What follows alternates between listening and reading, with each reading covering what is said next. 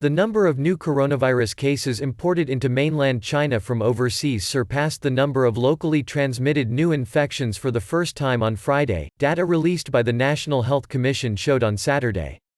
Mainland China had 11 new confirmed cases on Friday, up from 8 cases a day earlier, but only 4 of those, all in the virus epicenter of Hubei province, were locally transmitted.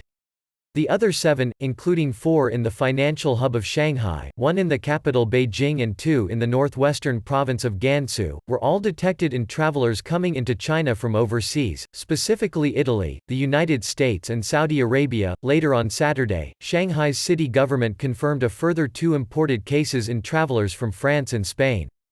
The numbers underscore how China, where the outbreak began in December, appears to now face a greater threat of new infections from outside its borders as it continues to slow the spread of the virus domestically. A total of 95 cases have entered mainland China from overseas by the end of Friday, the commission said. Hubei has now seen new infections fall for 9 straight days.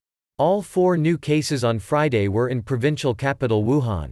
The death toll in mainland China had reached 3,189 by the end of Friday, up by 13 from the previous day. All the latest deaths were in Hubei and 10 were in Wuhan.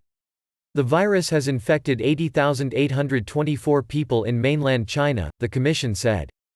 Globally, more than 138,000 have been infected and over 5,000 have died, according to a Reuters tally. As cases rise overseas, the steel hub of Tangshan in northern China's Hebei province warned people entering the city against trying to conceal their travel history. People who do so will have to bear all treatment costs if they are later found to have contracted coronavirus, the Tangshan city government said. Despite the uptick in imported cases in Shanghai, the city is gearing up to reopen all its public parks by March 20, Fang Yan, an official from Shanghai's Landscaping and City Appearance Administrative Bureau, told a press conference on Saturday.